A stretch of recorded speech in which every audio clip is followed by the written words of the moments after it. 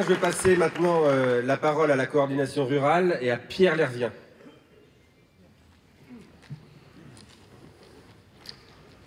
Bonjour à toutes et à tous. Je tiens tout d'abord à remercier l'initiative de Mme Sandra Lenouvel et de M. Thibaut Guignard pour impulser une vraie dynamique de prise de conscience de tous nos politiques.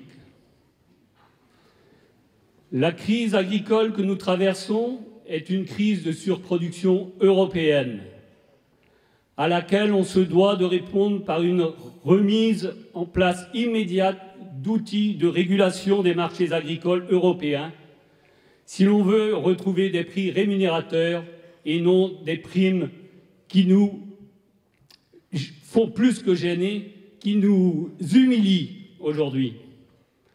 Partout, l'agriculture est devenue stratégique. Partout, sauf en France.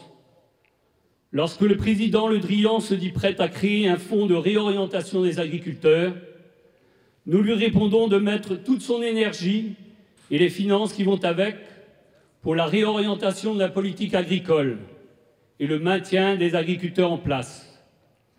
Il en va de l'équilibre de nos territoires ruraux. La réponse du Premier ministre à travers la baisse des charges sociales n'est qu'une réponse conjoncturelle à une crise structurelle qui ne résout rien pour des agriculteurs étranglés en absence de revenus. 10% sur zéro, ça fera toujours zéro.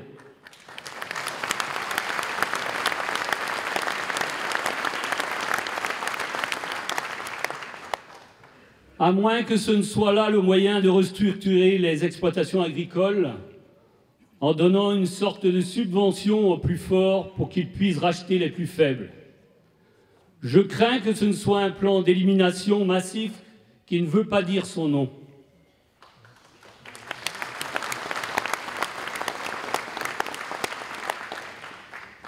Le régime de la mutualité sociale agricole, MSA, en déséquilibre structurel, dépend aujourd'hui à 85% du régime général pour son financement. Les cotisations sociales grèvent de façon insupportable le revenu des agriculteurs, aujourd'hui plus de 40% du revenu d'exploitation. Le financement de notre protection sociale agricole à bout de souffle doit être transféré sur une TVA sociale afin de décharger les produits agricoles et agroalimentaires exportés du coût social et de faire participer les produits d'importation au financement de notre protection sociale, redonnant de la compétitivité à nos produits et maintenant les emplois qui ne seront plus délocalisés. Les accords d'échange transatlantiques, s'ils devaient être signés, sonneraient le glas des productions d'élevage de qualité française. Adieu douce France, comme disait tout à l'heure Agnès Lebrun. C'est pourquoi nous demandons l'exception agriculturelle en sortant les produits alimentaires de l'OMC, comme le cinéma a su le faire en son temps. Il en va de notre souveraineté alimentaire au moment où le consommateur aspire à plus de qualité et de sécurité sanitaire. Quant aux normes franco-françaises, elles viennent déjà d'être évoquées, elles doivent être abolies et l'État doit se suffire des règles européennes qui régissent le commerce intra-européen si l'on veut être à pied d'égalité avec nos partenaires au niveau environnemental, fiscal et social.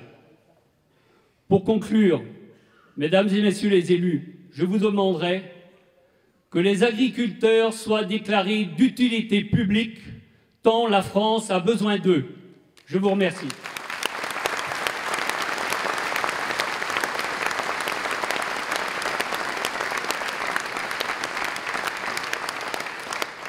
Merci Pierre.